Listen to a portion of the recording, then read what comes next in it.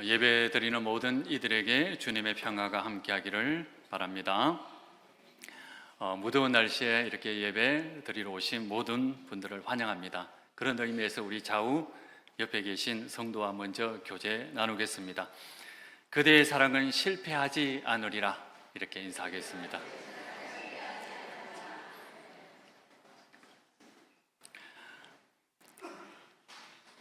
사랑이라고 하는 것은 사랑하는 사람과 사랑받는 사람을 동시에 성장하도록 이끄는 힘이 있습니다. 우리가 인생 사람으로 태어나서 사랑하고 사랑받는 것만큼 더 귀한 사역은 없는 것 같습니다. 지난해 어느 권사님이 카톡을 할 때 자주 보내주셨던 말이 우리 토평교회를 사랑해 주셔서 감사합니다라는 그런 말이었습니다. 오늘 본문 말씀을 묵상하는데 이 글귀가 다시 가슴에 떠올랐습니다. 내가 정말 사랑하고 있는가? 나 자신을 성찰해 보는 그런 귀한 시간이었습니다. 지난주에 예수님께서 이 비유를 통해서 우리에게 말씀해 주셨고, 또 오늘 두 번째 우리에게 주시는 이 비유를 통해서 또한 우리 가슴 속에 품고 있는 것은 무엇인지 우리가 다시 한번 성찰하도록 이끄는 그런 귀한 주님의 말씀입니다. 하나님께서 내가 너에게 풍성한 은혜를 주셨는데 너는 무엇을 하고 있느냐라고 하는 거기에 대한 질문이고, 우리는 거기에 대해서 답할 의무가 있습니다. 황지우 시인의 뼈 아픈 후에라는 시가 있는데 그걸 먼저 한번 읽어보도록 하겠습니다. 제목, 뼈 아픈 후에. 슬프다. 내가 사랑했던 자리마다 모두 폐허다. 나에게 왔던 모든 사람들 어딘가 몇 군데는 부서진 채 모두 떠났다. 여러분들이 사랑하던 사람들은 모두 안녕한가요? 시인의 고백처럼 내가 사랑했던 사람들, 내 주위에 있던 사람들이 오히려 상처 입고 부서진 채 눈물을 흘리면서 떠나지는 않았습니까? 생각해 보면 참 가슴 아픈 일입니다. 사랑하고자 했음에도 불구하고 사랑은 남지 않고 사람은 남지 않고 사랑하고자 시도했던 것조차도 오히려 상처가 되는, 그래서 그것이 삶의 폐허가 되었다. 시인은 이렇게 고백을 하고 있습니다. 어릴 때 저는 항상 우리 어머니 아버지가 항상 중년의 부모님일 것으로 생각을 했습니다. 저는 태어날 때부터 어린아이고 한평생 청년으로 살아갈 것으로 생각을 했고, 부모님은 늘 부모의 모습으로 남아있을 것이라고 생각을 했습니다. 결혼을 하고 아이를 키워보니 부모님도 준비 안 된 채 부모가 되었고, 부모 노릇을 하면서 드디어 부모로 성장하고 또 성장을 통해서 하나님 가까이 가는 사람이 되어야 된다라는 것을 깨닫게 되었습니다. 사랑이라는 것도 마찬가지겠죠. 우리는 사랑하지 않았음에도, 또 사랑하는 법을 배우지 못했음에도 우리는 늘 사랑에는 전문가라고 생각을 합니다.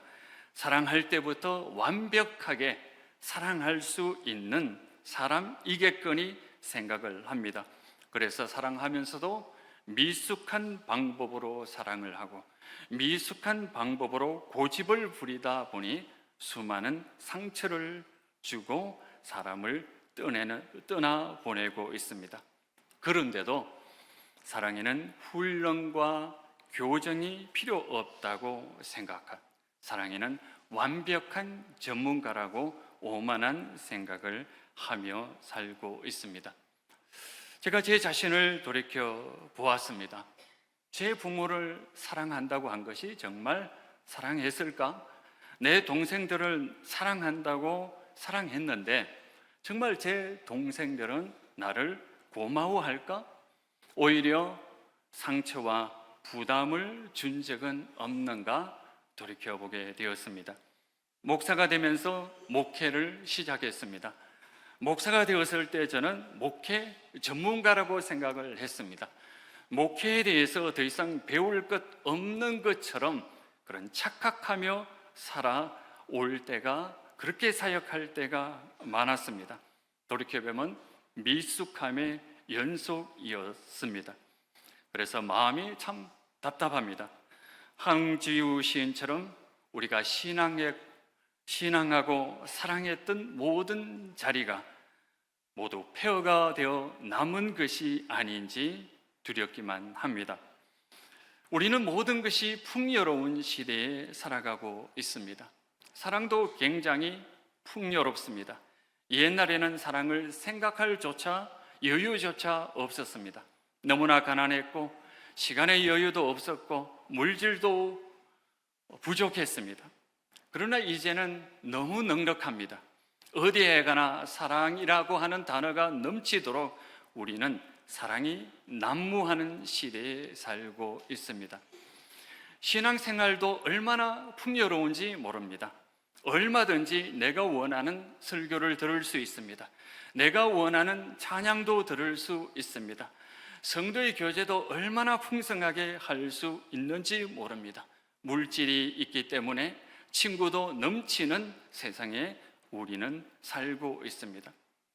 오늘 우리가 읽은 본문 말씀 속에 등장하는 그 사람처럼 우리는 부자입니다. 부자인데도 더 많은 소출을 얻었습니다. 풍요에 풍요가 넘치는 시대입니다.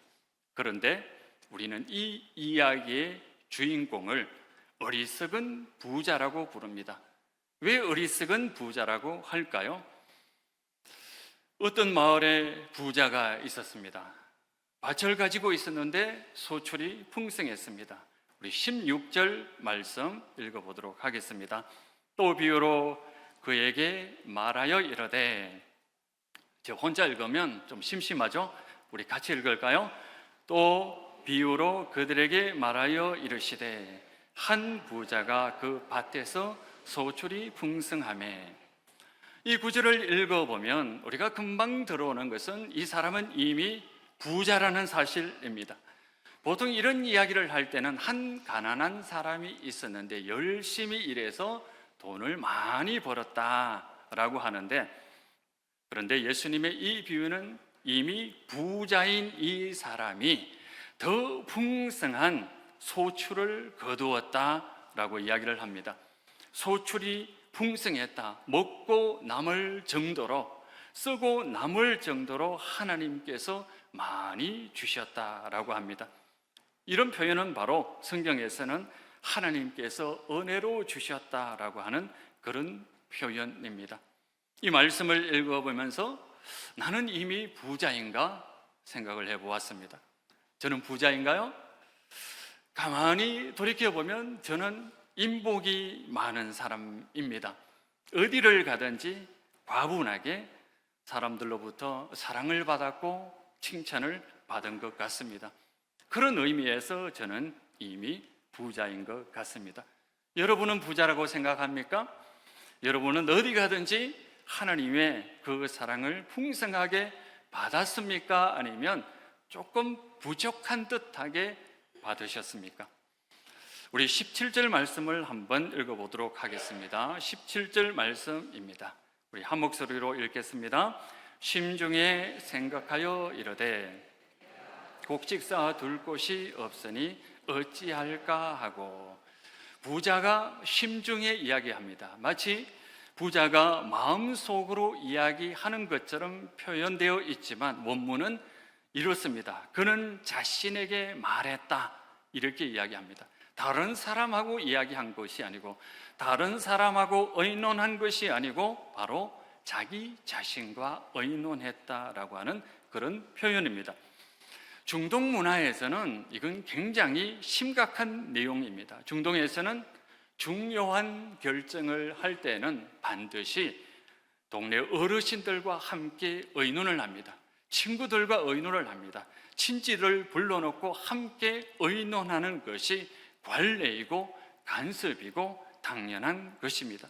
그런데 이 부자는 혼자서 결정을 합니다. 가장 외로운 사람이라는 것을 알 수가 있습니다. 이 부자는 집을 늘리고 땅에 땅을 덧붙여 늘렸습니다. 자신의 소유가 많아졌습니다. 어쩌면 땅이 많아서 그 둘레에 아무도 들어올 수 없었을지도 모릅니다. 그런데 자신이 만들어 놓은 자신의 소유 한가운데 고립된 채로 혼자 살아가고 있음을 보여줍니다. 그러면서 자기 자신에게 18절에 말합니다. 우리 18절 말씀은 여성분들이 읽어 주시겠습니다. 시작.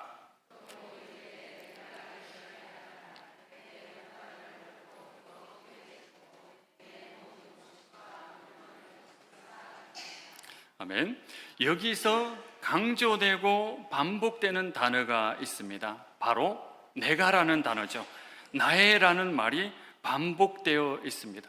그는 이웃에 대한 관심, 동료에 관한 관심, 함께 일한 사람, 함께 고생한 가족에 관한 관심이 전혀 없습니다. 관심은 오직 나의 창고, 나의 곡식, 나의 물건, 이것을 반복적으로 이야기합니다. 자신이 소유한 모든 것에 대해서 배타적인 권리를 주장하고 있습니다. 그것이 하나님의 은혜라는 것을 안다면 자신의 동료에 대해서 그리고 하나님에 대해서 조금 생각할 여유가 있었을 텐데 오로지 자신을 위한 소비, 자신만 즐기기 위한 그 모든 것으로 우리는 생각하고 있습니다. 그리고 마지막에 자기 영혼을 향하여 다시 이야기합니다. 19절 말씀입니다. 19절 말씀은 우리 남성들이 읽어 주시겠습니다.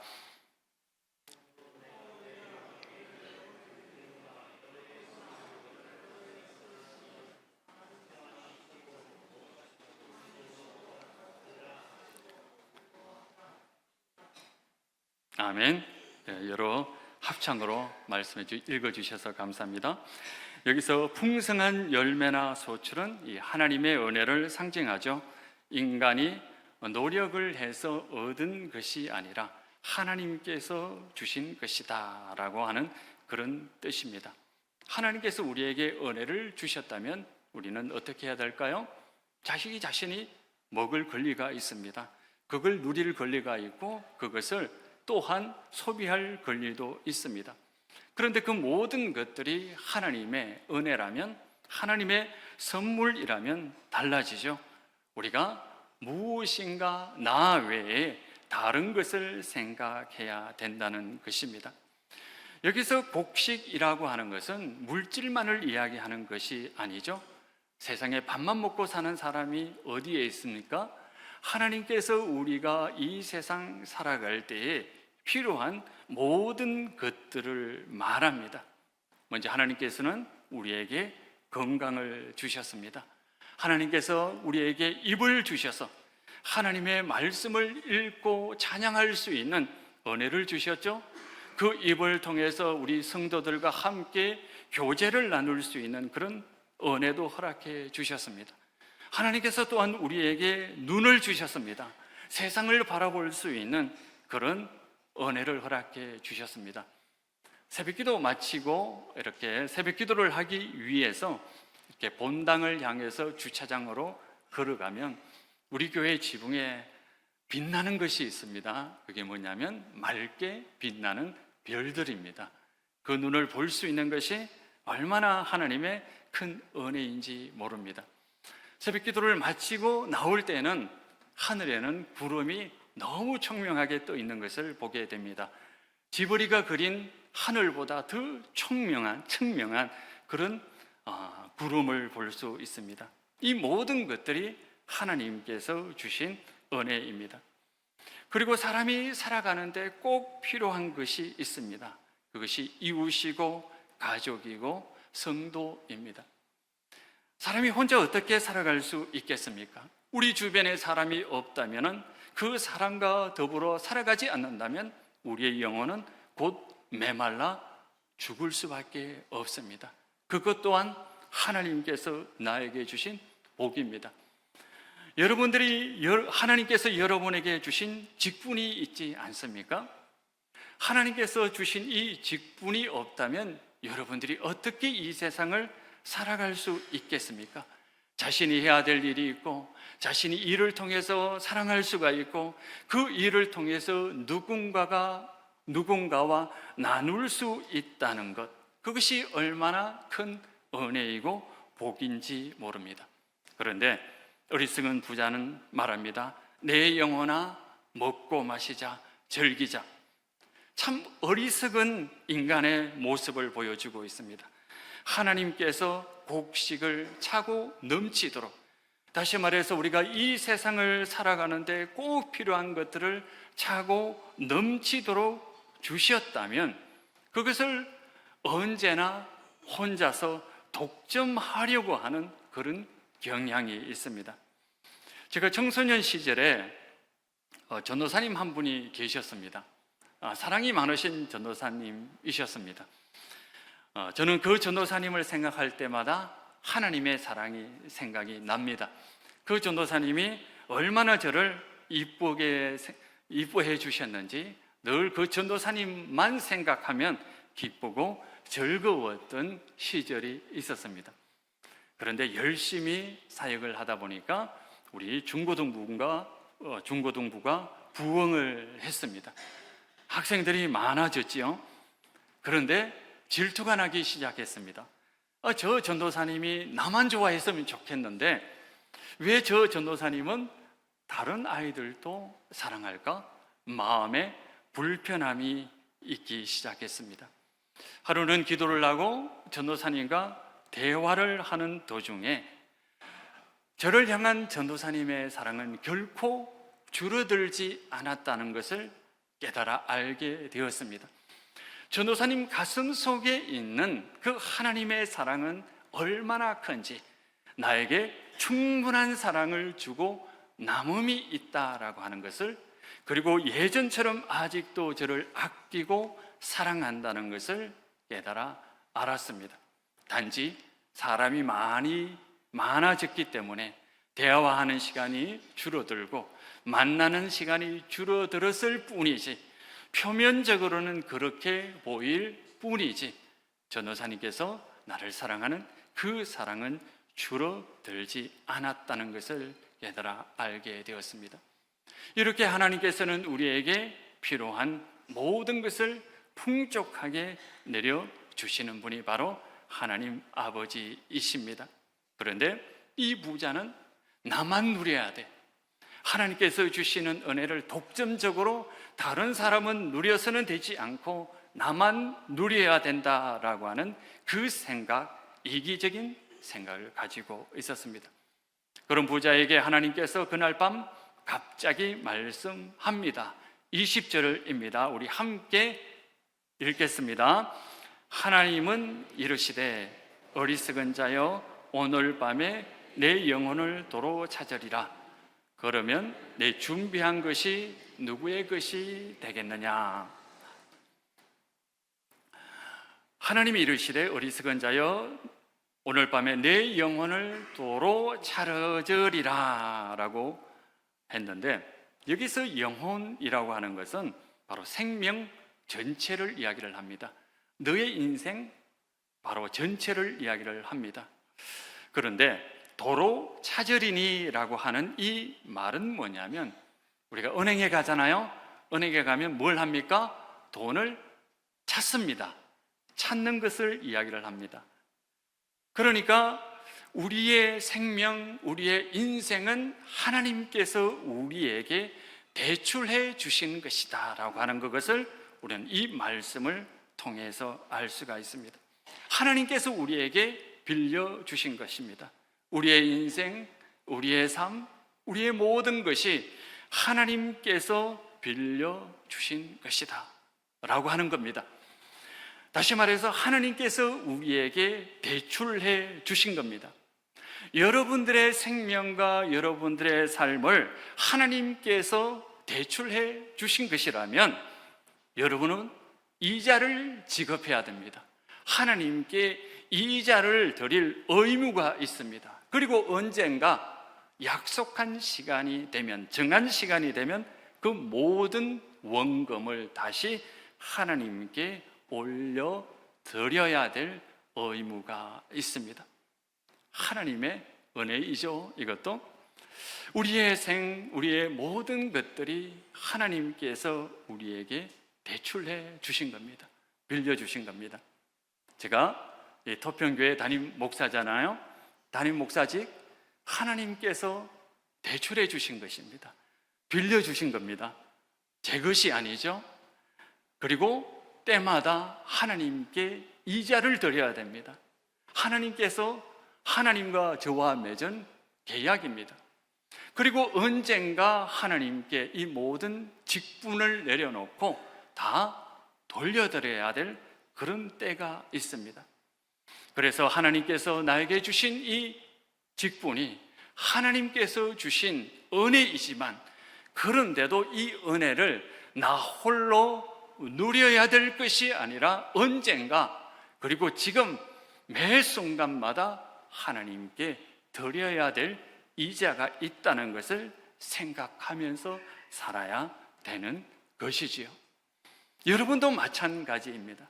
여러분의 생애, 여러분의 삶, 여러분의 직분, 그것은 하나님께서 여러분들에게 대출해 주신 겁니다.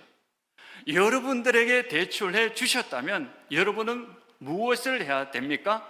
하나님께서 원하시는 이자를 드려야 됩니다.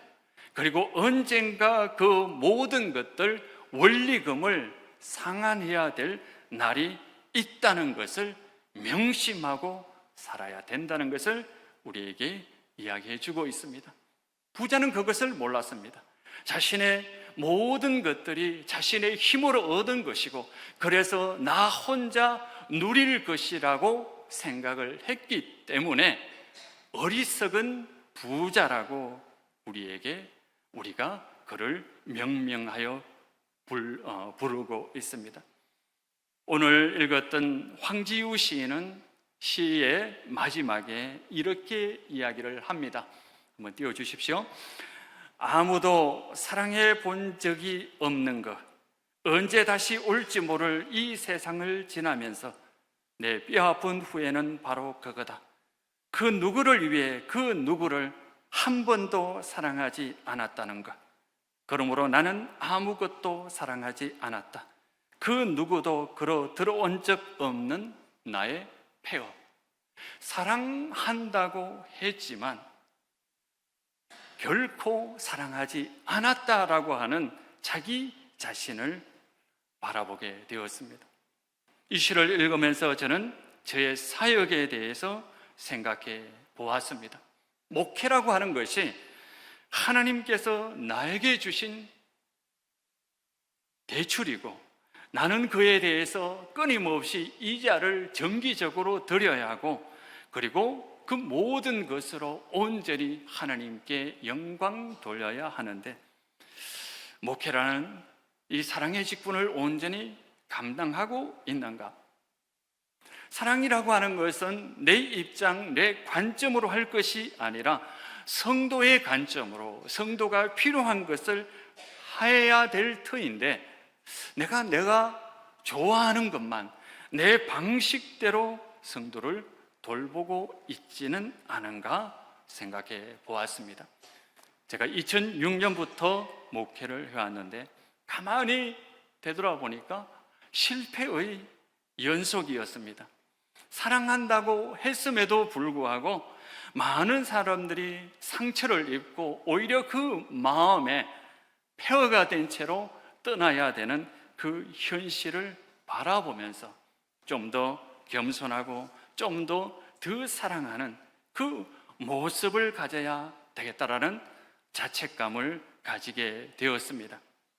내가 사랑한다고 생각했지만 여러분에게 오히려 상처가 되었을 수도 있겠다라고 하는 그런 생각을 하게 되었습니다.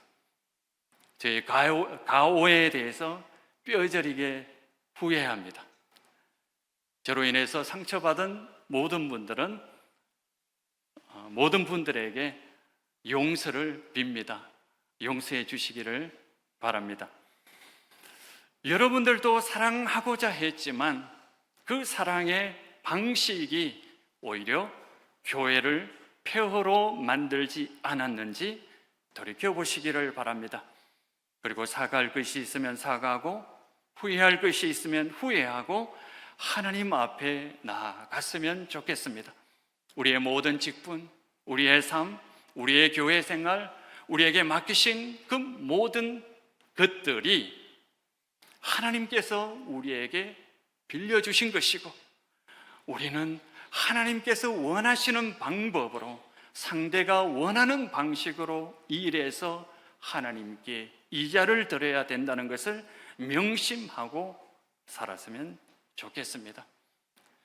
우리의 끊임없는 실패 속에서도 우리가 만든 폐허가 크고 많지만, 그러나 하나님의 은혜와 하나님의 사랑은 다시 그 폐허의 동산을 장미꽃이 피는 동산으로 만들어 주신다는 이 말씀을 기억하며 다시 한번 힘차게 하나님의 은혜 가운데 나아가는 우리 토평교회 성도들이 되기를 바라겠습니다. 기도하겠습니다. 하나님 아버지, 저희들을 용서하여 주시옵소서. 내가 원하는 방식대로 사랑하는 것이 아니라 상대가 원하는 방식대로, 상대에게 필요한 방법대로 사랑할 수 있는 지혜를 허락해 주시옵소서. 그래서 우리 교회가 더욱더 하나님의 은혜의 동산이 될 수 있도록 인도하여 주시고 붙들어 주시옵소서. 예수님 이름으로 기도드리옵나이다. 아멘.